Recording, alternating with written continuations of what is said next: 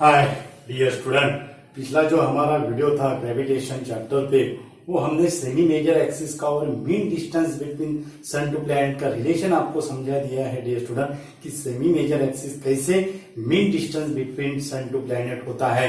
यानी हमारा जो केपलर्स जो थर्ड लॉ है that is T square is directly proportional to ये cube of the semi major axis.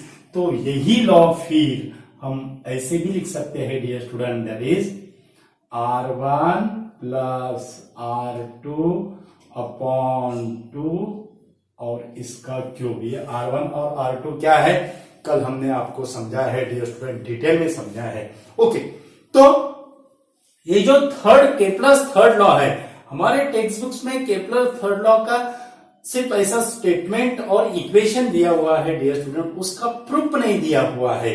तो आज जो है डियर स्टूडेंट हम आप इसका प्रूफ देंगे आपको, और इसका जो प्रूफ है वो दो लॉ से हम डिराइव करते हैं। एक है हमारा केपलर सेकंड लॉ, और सेकंड जो है it is derive from the Newton second law of motion.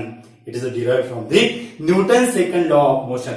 तो Newton second law of motion से ये लॉ कैसा डिराइव होगा, ये हम आज आपको समझाएंगे डियर स्टूडेंट। ओके, तो इसके लिए हमें क्या कंसीडर करना है, जो special case of the circular orbit. Special case of the circular orbit means ये जो सेमी मेजर एक्सिस है, यानी ये it is consider as a radius of the circular orbit. Okay, तो ये ऐसा इलिप्स जो होता है, ये ऐसा इलिप्स होता है। ओके, ऐसा इलिप्स होता है। तो special case of the circular orbit हमें कंसीडर करना है डियर स्टूडेंट। क्या कंसीडर करना है? Special case of the circular orbit consider करना है। यानी ये जो special case of the circular orbit, special case of the circular orbit, special case of the circular orbit, और ये हो गए उसकी रेडियस, और ये हो गए उसकी वेलोसिटी। ये क्या हो गई? उसकी वेलोसिटी। ओके, तो Newton second law of motion से, Newton second law of motion का जो स्टेटमेंट होता है, इक्वेशन होता है dear student, summation of F that is equal to m into a. Summation of F that is equal to m into a. तो ये equation में एफ जो होगा हमें पता है, जो सन और प्लैनेट में जो फोर्स होता है, it is the gravitational force of attraction sun to planet. Distance between sun to planet it is between due to the sun और प्लैनेट में जो फोर्स होता है, it is the gravitational force of attraction. That is means the planet hold to the sun, it is due to the gravitational force of attraction. ये हमें पता है। Okay, तो ये जो है सन टू प्लैनेट, यानी ये हो गया हमारा सन, और ये हो गया हमारा प्लैनेट पी, और ये हो गया सन। यानी special case of circular orbit हम कंसीडर कर रहे हैं डियर स्टूडेंट। ओके, तो जो सेमी मेजर एक्सिस है, that is the mean distance between sun to planet, it is considered as a radius of the circular orbit, radius of the circular orbit. Okay, तो force of Newton's laws of gravitation का equation हमें पता है, that is the F equal to G m1 m2 upon R square. यह हमें पता है, F equal to G m1 m2 upon R square. हम 10th स्टैंडर्ड में भी स्टडी करते हैं, 9th स्टैंडर्ड में भी हमें इक्वेशन है, जनरल फॉर्मूला है, that is the force of attraction between two material bodies is directly proportional to product of the two masses and inversely proportional to square of the distance between them। यानी अगर ऐसे अगर m1 है और second ये जो m2 है, और दो बॉडीज ये सेपरेशन बिटवीन डिस्टेंस r से है, तो से फोर्स जो होगा which is line joining between the two massive bodies, तो ये जो फोर्स रहेगा ये फोर्स कौन सा होगा फिर, that is the gravitational force, F equal to G m1 m2 upon R square. Okay, तो हमें पता है जो मास ऑफ द सन है it is greater than the mass of the other planet. Okay, तो यहां पे जो m1 जो है वो हम कंसीडर करेंगे मास ऑफ द सन, और यहां पे m2 जो है it is consider as a mass of the planet.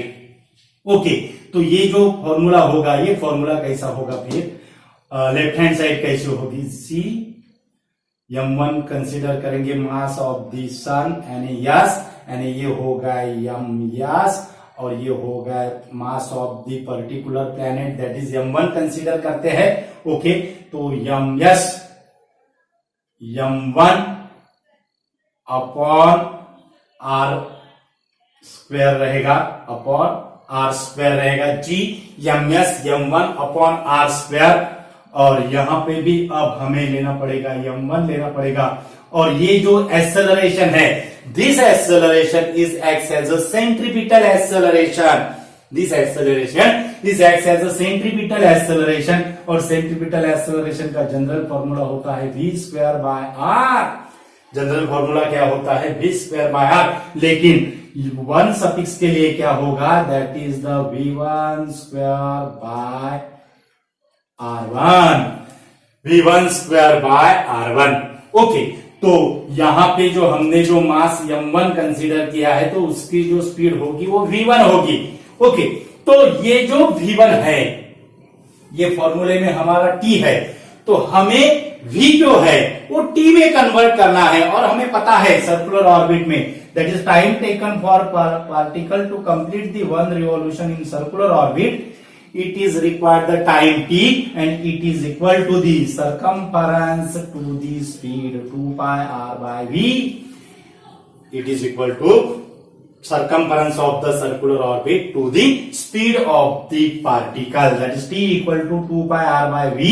so यहां से v क्या मिलेगा हमें, that is equal to 2 pi r upon t, यहां से v क्या मिलेगा 2 pi r अपॉन t, और इसका अगर हमने स्क्वायर अगर किया तो हमें क्या मिलेगा, that is 4 pi r square, यहां पे स्क्वायर करते हैं क्योंकि 2t दिखेगा तो यहां पे लिखते हैं square, 4 pi r square upon t square, 4 pi r square upon t square. तो ये वैल्यू अगर हमने ये इक्वेशन में अगर डाली, substitute the value of v, अब यहाँ पे v1 करेंगे तो यहाँ पे v1 हो जाएगा, यहाँ पे t1 हो जाएगा, यानी time period for particular planet of mass m1। Okay, तो ये इक्वेशन कैसा होगा फिर, दैट इज g m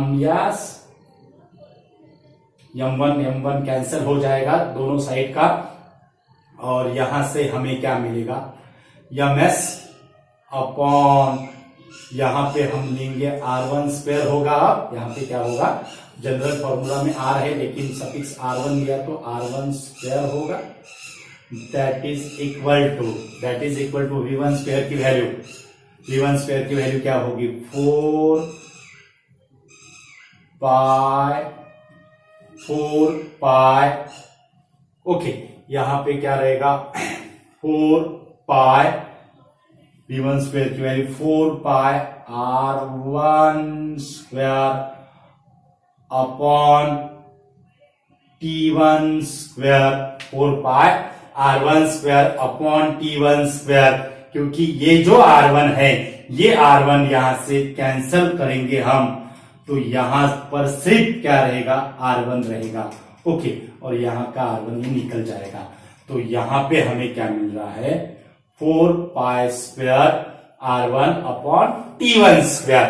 तो इसको हम कैसे लिखेंगे, देखो इसको हम कैसे लिखेंगे, ये r1 स्क्वायर और ये r1, ये होगा r1 क्यूब, यानी यहां पे हमें क्या मिल रहा है, g ms यानी मास ऑफ द सन है, दैट इज इक्वल टू, और इंटू t1 स्क्वायर आएगा, यहां पे आएगा t1 square, that is equal to 4 pi square r1 cube आएगा। यहां पे क्या आएगा, 4 पाई स्क्वायर r1 क्यूब आएगा।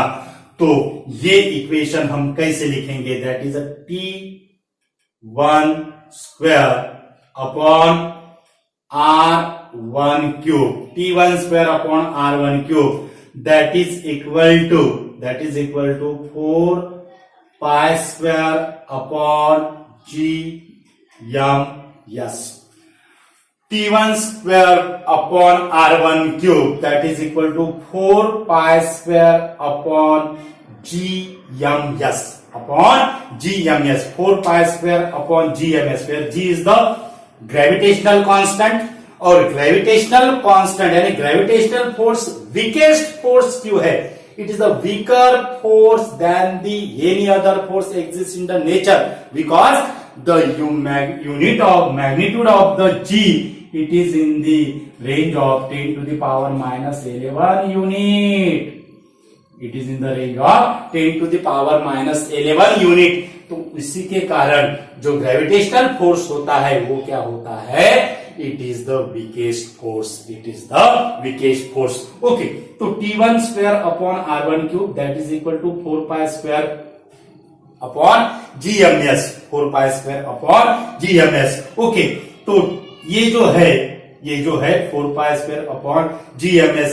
तो ये जो राइट हैंड साइड हमें नजर आ रही है डियर स्टूडेंट, ये जो राइट हैंड साइड नजर आ रही है, इसमें पाई स्क्वायर कांस्टेंट रहेगा, g ग्रेविटेशनल कांस्टेंट रहेगा, और mass of the sun constant रहेगा।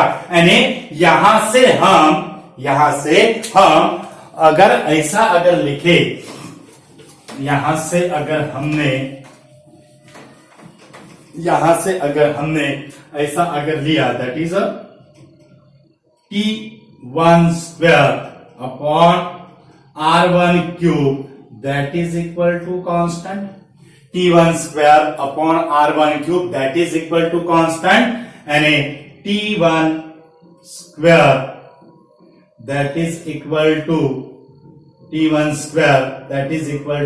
r1 क्यूब इंटू कांस्टेंट करेंगे, यानी k कांस्टेंट लिखेंगे, हम कांस्टेंट की वैल्यू जो है k लिखेंगे, यानी t1 square equal to r1 cube k।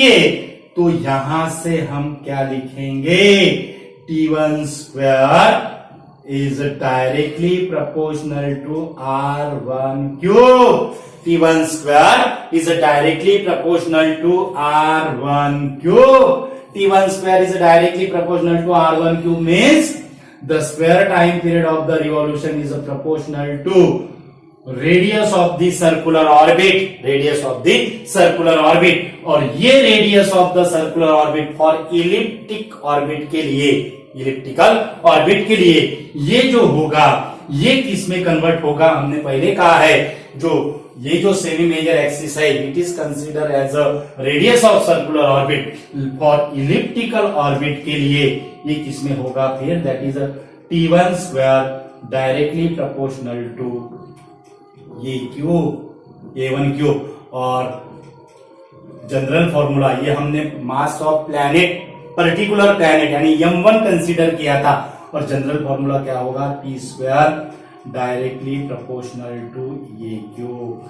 तो ये होगा dear student t square directly proportional to a cube, t square directly proportional to a cube. तो ये होगा हमारा केप्लर्स थर्ड लॉ का प्रूफ वीडियो है, इंपॉर्टेंट ऐसा वीडियो है डियर स्टूडेंट, ज्यादा से ज्यादा स्टूडेंट को शेयर कीजिए, और हमारे चैनल पे अगर नए यूजर है तो हमारा चैनल सब्सक्राइब कीजिए। हमारे चैनल का जो नाम है वो है equinox physics. Thank you so much.